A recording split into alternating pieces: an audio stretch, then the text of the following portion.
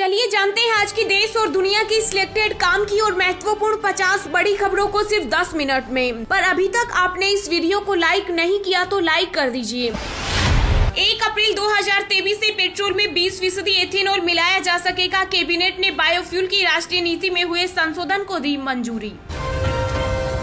रूस को बड़ा झटका, नाटो ज्वाइन करने पहुंचे पड़ोसी देश फिनलैंड और स्वीडन।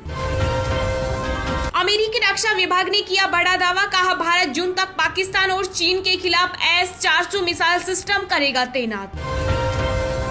अमरनाथ यात्रा को लेकर केंद्रीय गृह मंत्री अमित शाह ने तीर्थ यात्रियों को दिया समस्या मुक्त दर्शन कराने का आश्वासन।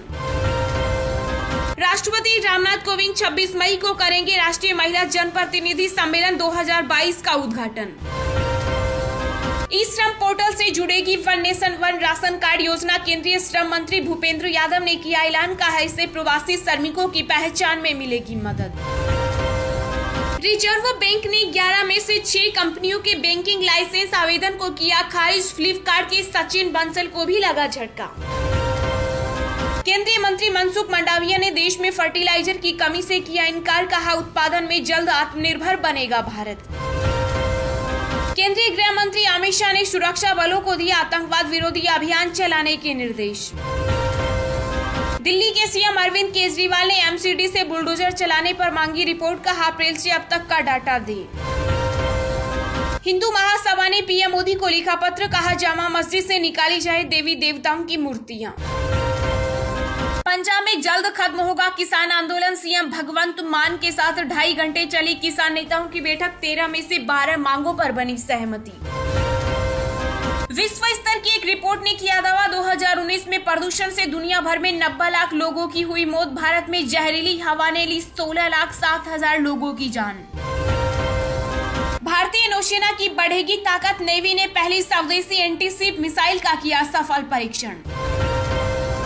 नए फाइटर जेट की तलाश में जुटी इंडियन नेवी अगले हफ्ते गोवा में करेगी अमेरिकी F-18 लड़ाकू विमानों का परीक्षण।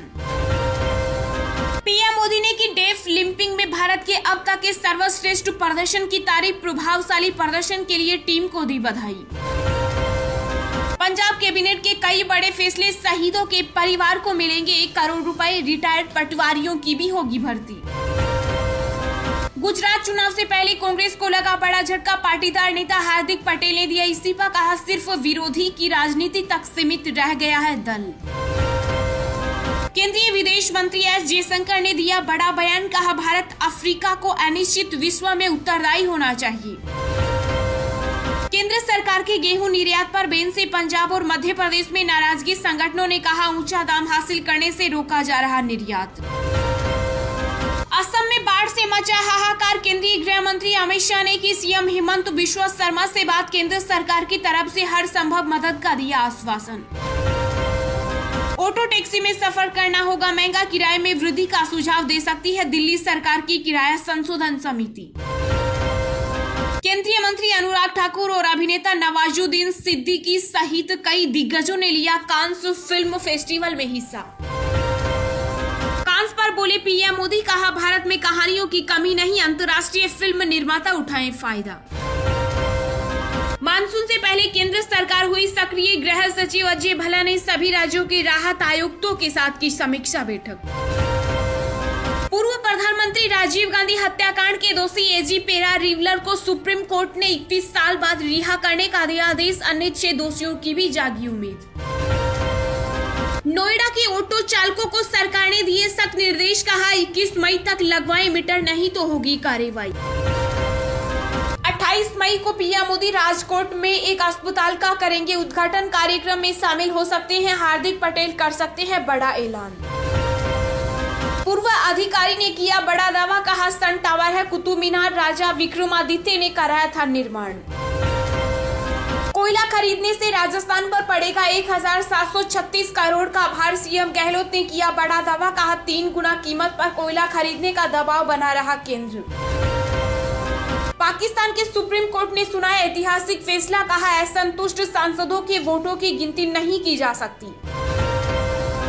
यूपी में योगी सरकार ने किया बड़ा फैसला, अब नए मदरसों को नहीं मिलेगी सरकारी अनुदान, सूची से किया जाएगा बाहर। सुप्रीम कोर्ट ने सुनाया बड़ा फैसला, ओबीसी आरक्षण के साथ होंगे मध्य प्रदेश में पंचायत चुनाव, शिवराज सरकार की हुई जीत। बीजेपी और कांग्रेस पर जमकर बरसे एआईएमआईएम के चीफ असदुद्दीन ओवैसी, कहा ये अपने अलावा किसी और पार्टी को सहन नहीं करती।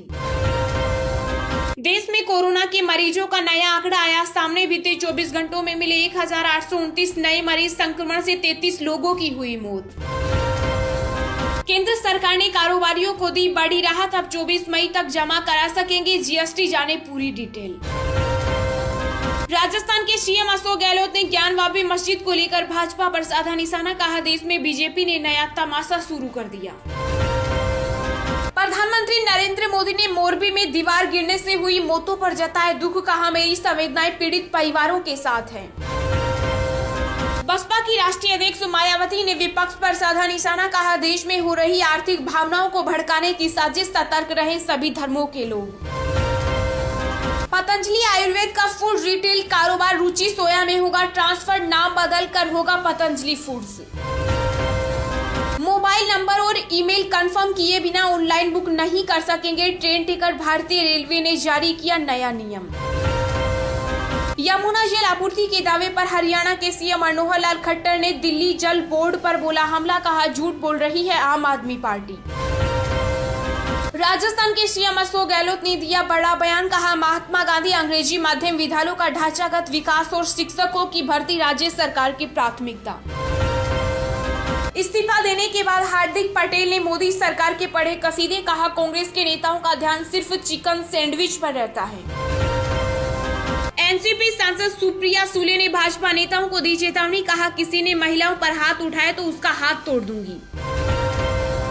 दिल्ली के डिप्टी सीएम मनीष सिसोदिया ने जयराम सरकार पर बोला हमला, कहा भाजपा ने 5 साल में हिमाचल की शिक्षा व्यवस्था का किया सत्यानाश। ज्ञानवापी मामले पर सपा सुप्रीमो अखिलेश यादव ने दिया बड़ा बयान, कहा वह बहुत पुरानी मस्जिद मुद्दों से भटकाने के लिए नफरत फैला रही बीजेपी। मुंबई पुलिस ने दी अहम जानकारी, कहा सांसद नवनीत राणा और रवि राणा को 9 जून तक नहीं किया जाएगा गिरफ्तार। एआईएमआईएम प्रवक्ता की वीएचपी ने पुलिस से की शिकायत, ज्ञानवापी मामले पर किया था अश्लील पोस्ट। वीजा भ्रष्टाचार केस में कार्ति चिदंबरम को लगा बड़ा झटका, सीबीआई ने सहयोगी भास्कर रमन को किया गिरफ्तार। पश्चिम बंगाल की मुख्यमंत्री ममता बनर्जी ने पुलिस को खड़गपुर में हथियारों की तस्करी रोकने के लिए कड़ी कार्रवाई करने के दिए निर्देश। वाराणसी की अदालत में दायर हुई एक और याचिका, श्रृंगार गौरी के नियमित दर्शन और पूजा की मांगी इजाजत। आईएएस पूजा सिंगल केस में हुआ बड़ा खुलासा, कई बड़े नेताओं का नाम आया सामने, ईडी ने कहा सीबीआई को सौंपी जाए जांच। शेयर बाजार में तेजी का दौर जारी, शुरुआती कारोबार में सेंसेक्स 345 अंक चढ़ा, निफ्टी 16,300 के पार। चलिए अब जानते हैं जो आम आदमी के काम की और फायदेमंद खबरें हैं उनको विस्तार से। पर इससे पहले अभी तक आपने इस वीडियो को लाइक नहीं किया तो लाइक कर दीजिए। ई श्रम से जुड़ेगी one nation one ration card योजना, केंद्रीय श्रम मंत्री भूपेंद्र यादव ने किया ऐलान, कहा इससे प्रवासी श्रमिकों की पहचान में मिलेगी मदद। जी हां, केंद्रीय श्रम और रोजगार मंत्रालय का ई श्रम पोर्टल जो असंगठित क्षेत्र में श्रमिकों को पंजीकृत करने और उन्हें सामाजिक सुरक्षा लाभों तक पहुंचने में मदद करने के लिए है, उसको अब one nation one ration card योजना के साथ जोड़ा जा रहा है। केंद्रीय श्रम और रोजगार मंत्री भूपेंद्र यादव ने कहा कि हम पीडीएस दुकानों में मासिक खाद्यान्न संग्रह के स्थान डेटा के आधार पर one nation one ration card के साथ ई श्रम के एकीकरण की प्रक्रिया में है। यह परिकल्पना की गई है कि ई श्रम पर स्थायी पता डेटा के साथ स्थान डेटा की तुलना ई श्रम के भीतर प्रवासी श्रमिकों की पहचान करने में मदद करेगी। केंद्रीय श्रम मंत्री भूपेंद्र यादव प्रवासी श्रमिकों और ई श्रम के वादे पर प्रवासन वेबिनार में बोल रहे थे। वेबिनार का आयोजन प्रवासन पर एक श्रृंखला का हिस्सा है। अब तक इसके 7 संस्करण हो चुके हैं। वेबिनार में उन्होंने कहा कि मुख्य मुद्दा यह सुनिश्चित करना है कि श्रमिकों का स्थान सामाजिक सुरक्षा लाभों तक पहुंचने में बाधा नहीं रहे। ई श्रम राज्य सरकारों के साथ सभी प्रासंगिक डेटा को गतिशील तरीके से साझा करेगा।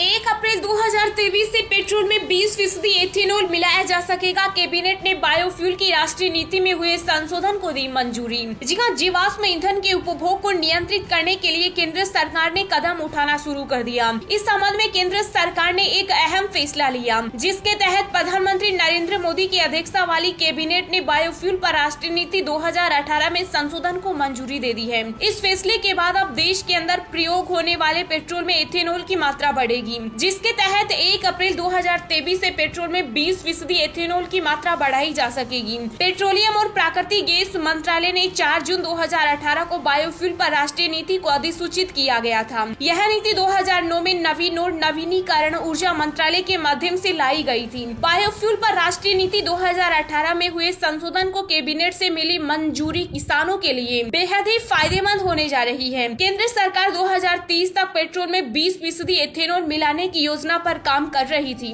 लेकिन अब इसका लक्ष्य 2025-26 कर दिया गया है। ऐसे में किसानों को एथेनॉल के प्रमुख स्रोत गन्ने समेत अन्य फसलों को इस वर्ष से अधिक दाम मिलने लगे हैं। केंद्र सरकार ने संशोधन में बायोफ्यूल के उत्पादन के लिए अधिक फीड स्टॉक की अनुमति दी है। किसान बायोफ्यूल से जुड़ी अपनी फसल सीधे बेच सकेंगे। वहीं सरकार को पेट्रोल पदार्थ के आयात से छुटकारा मिलेगा। कांस पर बोले पीएम मोदी, कहा भारत में कहानियों की कमी नहीं, अंतर्राष्ट्रीय फिल्म निर्माता उठाए फायदा। जी हां, प्रधानमंत्री नरेंद्र मोदी ने इस वर्ष कान फिल्म समारोह में भारत की कंट्री ऑफ ऑनर के रूप में भागीदारी पर खुशी जाहिर करते हुए कहा कि फिल्म बनाने के लिए भारत में कहानियों की कोई कमी नहीं है। उन्होंने अंतर्राष्ट्रीय फिल्म निर्माताओं से कहा कि वे भारत में फिल्म बनाने की शानदार संभावनाओं का फायदा उठाएं। पीएम मोदी ने कहा कि इस आयोजन में भारत की भागीदारी देश की आजादी के 75 वर्ष, कान फिल्म महोत्सव की 75वीं वर्षगांठ और भारत तथा फ्रांस के बीच राजनीतिक संबंधों के 75 वर्ष के सुखद संयोग के महत्वपूर्ण अवसर को दिखाती है। प्रधानमंत्री नरेंद्र मोदी ने कहा कि भारत के पास कहने के लिए बहुत सारी कहानियां हैं और इस देश में वास्तव में दुनिया का कंटेंट हब बनने की अपार संभावनाएं हैं।